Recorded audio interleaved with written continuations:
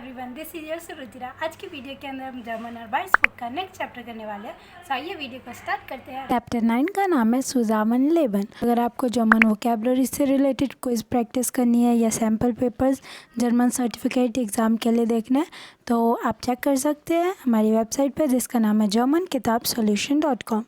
तो चैप्टर शुरू करते हैं। क्वेश्चन 1 है जो wohne ich मीन्स जहाँ मैं रहती हूँ उसके बारे में। तो पहला इसके अंदर है इन unserem Gebäude gibt es über 100 Wohnungen means हमारी बिल्डिंग के अंदर टोटल 100 अपार्टमेंट्स है। दी meisten Leute sehe ich fast nie, और जो ज़्यादातर वहाँ पे लोग हैं उसको हमने कभी भी नहीं देखा। कॉमिश मीन्स फ़नी है। wenn man seine Nachbarn nicht kennt, और कितना फ़नी है ना कि जब कोई एक जगह रहता है और अपने नेबर्स को भी नहीं जानता। तो ये सारे हम यहाँ से देख देख के लिख रहे हैं। उसके बाद नेक्स्ट है second auf dem Wasser wohnen means पानी के अंदर रहना। das natürlich sehr speziell, ये काफ़ी ज़्यादा स्पेशल है। unsere Hausboot ist aber genauso groß und wie unsere alte Wohnung, इसका मतलब ये है कि हमारा हाउस बोट जो है वो काफ़ी बड़ा है और हम यहाँ पे काफ़ी लंबे टाइम से रह रहे हैं, यानी ये काफ़ी हमारा पुराना अपार्टमेंट भी है। और ये सारे क्वेश्चंस है ये हमने कोर्स बुक के अंदर जो फर्स्ट क्वेश्चन था पिक्चर से रिलेटेड, वहाँ से रिलेटेड वो क्वेश्चंस है, तो वहाँ पे एक बार देख लोगे तो ये ज़्यादा अच्छे से समझ आएगा। यहाँ पे थर्ड पार्ट है wir leben auf dem Land und haben viele Tiere, मतलब कि हम अपनी कंट्री में रहते हैं और बहुत सारे एनिमल्स हैं। das Leben auf dem Bauernhof bedeutet viel Arbeit aber es ist toll, मतलब यह है कि ये जो बाउनहोफ है इसके अंदर लाइफ का मतलब यही है कि बहुत सारा काम, लेकिन इस काम में भी हमें काफ़ी मज़ा आता है। और यहाँ पे in einem Stadt gibt es 4 Millionen Einwohner, es gibt Kino, Restaurants, theatre und viele mehr। तो इसके अंदर यह है कि जो हमारी सिटी है उसके अंदर टोटल 4 मिलियन रेजिडेंट्स यानी रहने वाले लोग हैं, और यहाँ पे बहुत सारे कीनोज़ है यानी सिनेमा है, रेस्टोरेंट है, थिएटर है और भी बहुत कुछ है। नेक्स्ट फिफ्थ यहाँ पे सो mein Kaufen fahre wir mit dem Boot में शॉपिंग के लिए हम बोट की मदद से जाते हैं। auf unserer kleinen Insel gibt es keine Supermarkt, और हमारे ये छोटे से आइलैंड पे कोई भी आसपास सुपरमार्केट नहीं है, तो इसलिए हम बोट में जाके हमें थोड़ा ट्रैवल करना पड़ता है। unser Haus ist alt und groß, हमारा घर है वो पुराना और बड़ा है। wir haben hohe Räume und viele Platz means हमारे घर के जो रूम है वो बहुत ऊंचे ऊंचे हैं और वहाँ पे बहुत सारी जगह है। उसके बाद das ist besonders für die Kinder schön, और ये बच्चों के लिए बहुत औसम है क्योंकि काफ़ी सारी जगह है तो बच्चे आराम से खेल सकते हैं। यहाँ पे ich möchte nicht in der Stadt wohnen means मैं सिटी के अंदर नहीं रहना चाहूँगा। इन unserem Dorf मीन्स हमारे गांव में wohnen nicht viele Leute, और वहाँ पे इतने ज़्यादा लोग भी नहीं रहते। jeder kennt jeden, हर कोई हर किसी को जानता है। das finde ich toll, और मेरे को ये चीज़ काफ़ी अच्छी लगती है। उसके बाद देखते हैं यहाँ पे meine Wohnung ist nicht so groß, मेरा घर जो है वो ज़्यादा बड़ा नहीं है। sie hat nur 38 Quadratmeter, इसका मतलब है कि मेरा घर जो है वो ज़्यादा बड़ा नहीं है, वो सिर्फ 38 स्क्वायर मीटर का है। aber mir gefällt das, लेकिन मेरे को वो अच्छा लगता है। उसके बाद नेक्स्ट यहाँ पे बी पार्ट है। बी पार्ट के अंदर हमें ये जगह जो अंदर नंबर्स है और जो साइड में है उनको मैच करना है। जैसे यहाँ पे देखो फर्स्ट क्या है, रूफ़, तो इसके अंदर देखते हैं इस रूफ़ को हम क्या कहते हैं जर्मन में, तो ये रहा das Dach मीन्स रूफ़। तो ऐसे ही हमें ये सारे लिखने हैं। पहला यहाँ पे है देयर केलर जो कि 14 नंबर पे है, केलर का मतलब होता है बेसमेंट। नेक्स्ट है दी टेरास 9th नंबर पे है, इसका मतलब है टेरेस। नेक्स्ट है दी ट्रेप मीन्स होता है स्टेयर केस मीन्स सीढ़ियाँ। उसके बाद ये 11th नंबर पे है। उसके बाद 7th नंबर पे है देयर बालकोन मीन्स बालकनी। 10th नंबर पे यहाँ पे दास wohnzimmer मीन्स लिविंग रूम। उसके बाद 8th नंबर पे देयर गार्डन मीन्स गार्डन। नेक्स्ट यहाँ पे दी गराज मीन्स गैरेज, ये 13 नंबर पे है। नेक्स्ट किंडर सिमर मीन्स बच्चों का रूम, तो ये 6th नंबर पे है। नेक्स्ट है दास श्लाफ सिमर मीन्स बेडरूम, ये 3rd नंबर पे है। नेक्स्ट है दास बाथ मीन्स बाथरूम, ये 5th नंबर पे है। नेक्स्ट है there flue means corridor. Flue जो है वो इंग्लिश के वर्ड फ्लोर से काफ़ी मैच होता है, लेकिन इसका मतलब फ्लोर नहीं होता है, इसका मतलब कॉरिडोर होता है, और यह है 4th नंबर पे। नेक्स्ट है दास आबाद सिमर मीन्स वर्किंग रूम, और ये कौन से नंबर पे है, 2nd नंबर पे है। तो इसी के साथ अब हम नेक्स्ट पेज पे चलते हैं। नेक्स्ट क्वेश्चन नंबर 2 है, ये रीडिंग की प्रैक्टिस के लिए काफ़ी अच्छा है, तो इसके लिए आप वीडियो पॉज करके इसे कर सकते हो और उसके नीचे रिस्टिश और फॉल्स, ट्रू या फॉल्स हमें आंसर देना है और सही आंसर पे क्रॉस करना है। उसके बाद आप वापस कंटिन्यू करके इसको मैच कर सकते हो। तो पहले का है फॉल्स, पहले का है रिस्टिश, दूसरे का है फॉल्स, तीसरे का फॉल्स, चौथे का रिस्टिश, पाँचवें का फॉल्स, सिक्स्थ का रिस्टिश, सेवन्थ का फॉल्स, एट्थ और नाइन्थ का रिस्टिश। अब हम नेक्स्ट पेज पे चलते हैं। क्वेश्चन नंबर 3 है, इसके अंदर हमें ये सारी पिक्चर देखनी है एंड देन यहाँ पे ये पूरी सिचुएशन एक्सप्लेन करनी है स्टोरी के अंदर। तो आप ये देख के लिख सकते हो, मैं इसका मतलब समझा देती हूँ। तो इसके अंदर पाउला को एक ईमेल लिखा गया है जिसके अंदर कि जो भी इस नाइट हुआ उसको एक्सप्लेन किया गया। तो सबसे पहले क्या हुआ, ये बता रहा है कि हमने एक पार्टी ऑर्गेनाइज़ की और पार्टी में जो था बहुत सारे लोग थे, हम सब बहुत मज़े कर रहे थे। सडन क्या हुआ कि हमारा एक नेबर आया गुस्से में, क्योंकि उसको नींद नहीं आ रही थी इतने लाउड म्यूज़िक की वजह से, तो उसने हमारी बेल रिंग की जिसका नाम था डॉक्टर म्यूलर। के बाद जब हमने गेट खोला तो वहाँ पे हम सब ने डॉक्टर म्यूलर को अंदर इनवाइट किया कि आप भी आ जाओ हमारी पार्टी में। तो पहले तो उन्होंने मना कर दिया, लेकिन बाद में वो फाइनली मान गए और फिर क्या, फिर वो सुबह 2 बजे तक अपने इन्हीं पैजामों में डांस करते रहे हमारे साथ। तो ये पूरी सिचुएशन है। उसके बाद 4th क्वेश्चन लिसनिंग स्किल का है, जिनके पास सीडी है वो वीडियो पॉज करके कर सकते हैं। नेक्स्ट इसका बी पार्ट है, वो भी लिसनिंग स्किल का है। इसी के साथ अब हम नेक्स्ट पेज पे चलते हैं। नेक्स्ट सी पार्ट है, सी पार्ट भी लिसनिंग स्किल का है। इसके अंदर हमें ये डायलॉग सारे सुनने हैं एंड देन उसको करेक्ट फॉर्म में लिखना है। नेक्स्ट यहाँ पे डी पार्ट है, डी पार्ट के अंदर हमें ये ऊपर के पढ़ने हैं एंड देन उसके हिसाब से हमें आंसर अपना मार्क करना है। तो पहला है इश फिंडे एश निश्ट गुड, मेरे को ये पसंद नहीं। वेन दू बिज आबंड एल्फ हुआ गिटारे यूब्स इश क्योंटन श्लाफन। इसका मतलब ये है कि मेरे को ये बिल्कुल भी नहीं पसंद कि तुम रात के 11 बजे तक अपने गिटार की प्रैक्टिस करते हो और मैं सो नहीं पाता। तो इसका क्या आंसर होगा, फॉरगेसन वियर दास, यानी कि भूल जाओ कोई नहीं, या फिर ये आंसर होगा कि दास वोल्टे इश निश्ट, अब से ये नहीं करूँगा मैं। यस, तो इसका आंसर बी पार्ट होगा, दास वोल्टे इश निश्ट। सेकंड क्वेश्चन है एंशुल्डिगन जी हेयर डाव द किंडरवागन निश्टेहन आबे डॉट इस टच निश्डोएंग। तो यहाँ पे ये कह रहा है कि एक्सक्यूज़ में, यहाँ पे आप बच्चों की ट्रॉली लेके खड़े नहीं हो सकते, ये यहाँ पे अलाउड नहीं है। तो इसका क्या जवाब देंगे, दास आबे इश निश्ट के वो, सॉरी ये मेरे को पता नहीं था। श्योर ओके ठीक है, कोई नहीं है अलाउड, बट मैं तो रहूँगा। तो हम कौन सा ऑप्शन चुनेंगे, फर्स्ट वाला, दास हाबे इश निश्ट के वोस्ट, कि ये मेरे को नहीं पता था। उसके बाद नेक्स्ट यहाँ पे जी म्यूसन आइन माली मोनाट दास ट्रेपन हाउस पुत्सन दास हाबन जी फॉरगेसन, कि तुमको महीने में एक बार कम से कम अपने घर की सीढ़ियों को साफ़ करना चाहिए, तुम ये भूल गए हो। तो इसका सही आंसर टूट मियर शैकलिश लाइट, आई एम टेरिबली सॉरी, मैं इसके लिए बहुत शर्मिंदा हूँ। उसके नेक्स्ट यहाँ पे इश फिंडे एज निश्ट गुड दास जी द प्लास्टिक फ्लाशन इन द नॉर्मल म्यूल्टन वेफन। का मतलब यह है कि मुझे ये सही नहीं लगता कि तुम प्लास्टिक की बॉटल्स को नॉर्मल डस्टबिन में रख रहे हो, क्योंकि डस्टबिन के अंदर अलग अलग हमारी कैटेगरी होती है। एक के अंदर हम प्लास्टिक रखते हैं, तो डस्टबिन में हम जितना भी गीला कचरा है वो रखते हैं, तो उस हिसाब से हमें फेंकना चाहिए। तो इसका आंसर है दाश कॉम्ट निश्ट मेयर फोर, मीन्स ये अगली बार से नहीं होगा, मैं ध्यान रखूँगा। अब हम नेक्स्ट क्वेश्चन पे आते हैं। क्वेश्चन के अंदर हमें पोलाइट सेंटेंसेस बनाने हैं क्योंटे की मदद से। तो जैसे, और ये सेंटेंसेस समझने के लिए हमें इम्पराटिव, ग्रामर का इम्पराटिव टॉपिक अच्छे से आना चाहिए, क्योंकि ये देखो हेल्प मियर, जब हम इम्पराटिव डू फॉर्म में बनाते हैं तो हम क्या करते थे, एस टी और डू वर्ड दोनों हटा देते थे। तो ये क्या बना, हेल्प मियर मीन्स हेल्प मी। तो इसको हम पोलाइट कैसे बना सकते हैं, क्योंटेस टू मी हेल्पन, कैन यू हेल्प मी। ऐसे ही सेकंड का कैसे बनाएंगे, क्योंटेट या मी दी टूअर aufmachen। क्या नेक्स्ट है, क्योंटन जी मिया आइन आई गेवन, क्या आप मेरे को एक एग दे सकते हैं। उसके बाद नेक्स्ट है, क्योंटन जी मिया या फागद लायन, क्या आप मेरे को अपनी गाड़ी किराए पे या फिर कुछ देर के लिए दे सकते हैं। नेक्स्ट है, क्योंटस दू मिशन रूफन, कैन यू कॉल मी, क्या आप मेरे को कॉल कर सकते हैं।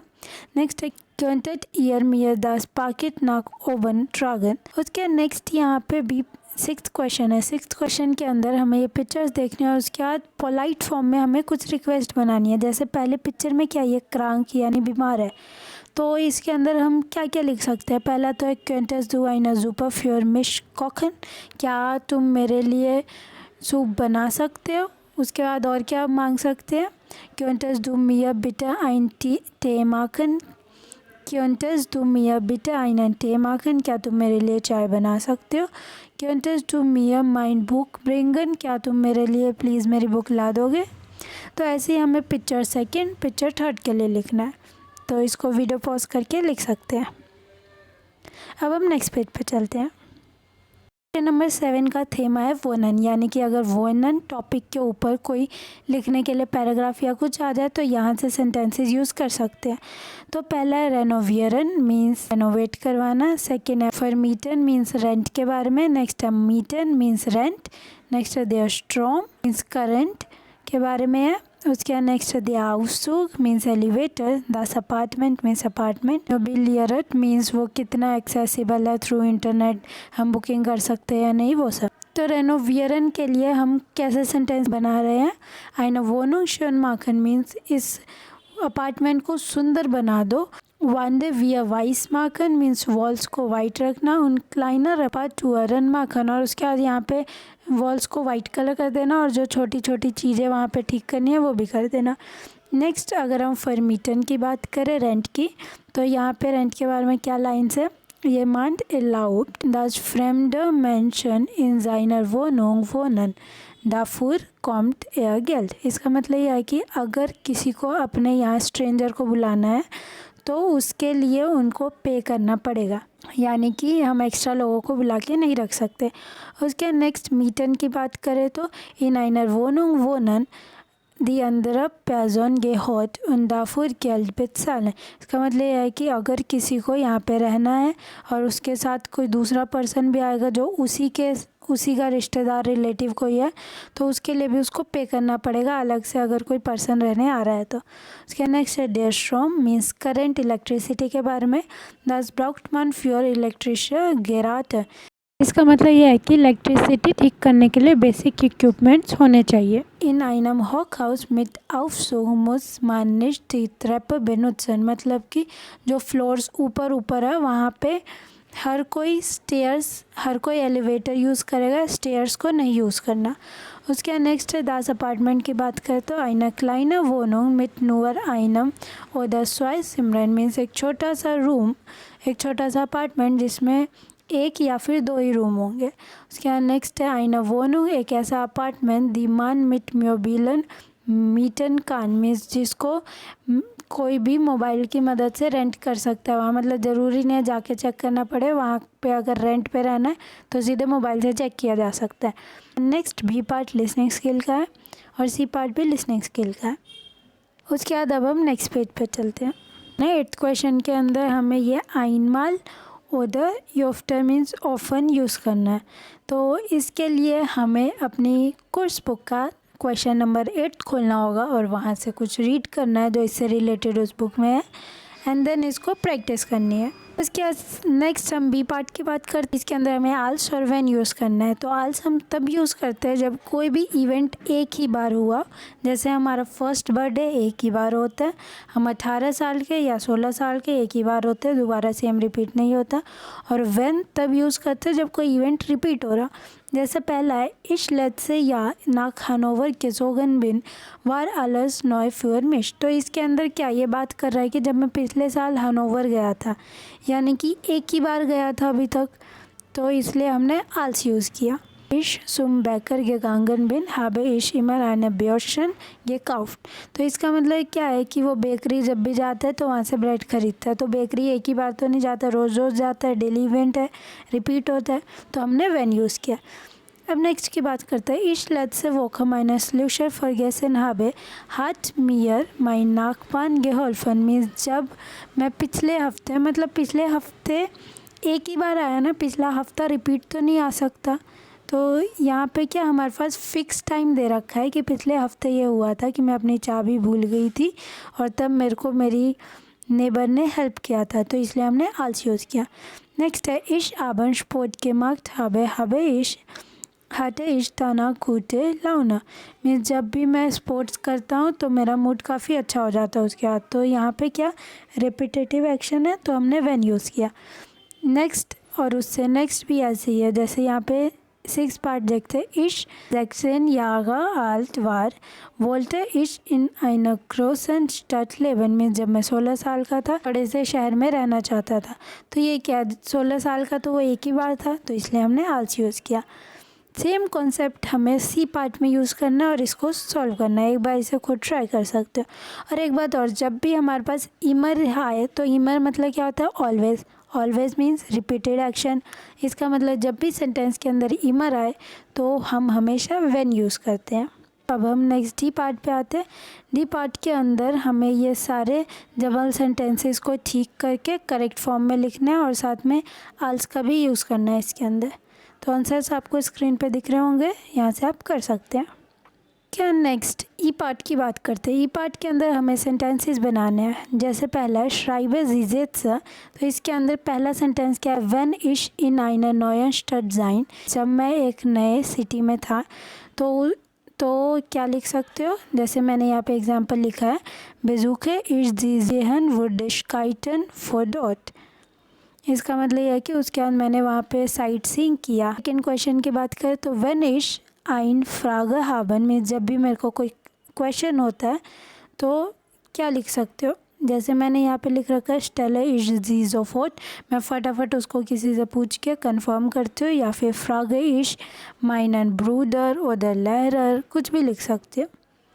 उसके बाद नेक्स्ट है व्हेन इश एटवास निस्ट फर्स्ट हैंड, जब मेरे को कुछ समझ नहीं आता तो कुछ भी लिख सकते हो। जैसे मैंने यहाँ लिखा है गूगले इश एस, मीन्स मैं गूगल करती हूँ जब भी मेरे को कुछ नहीं समझ आता।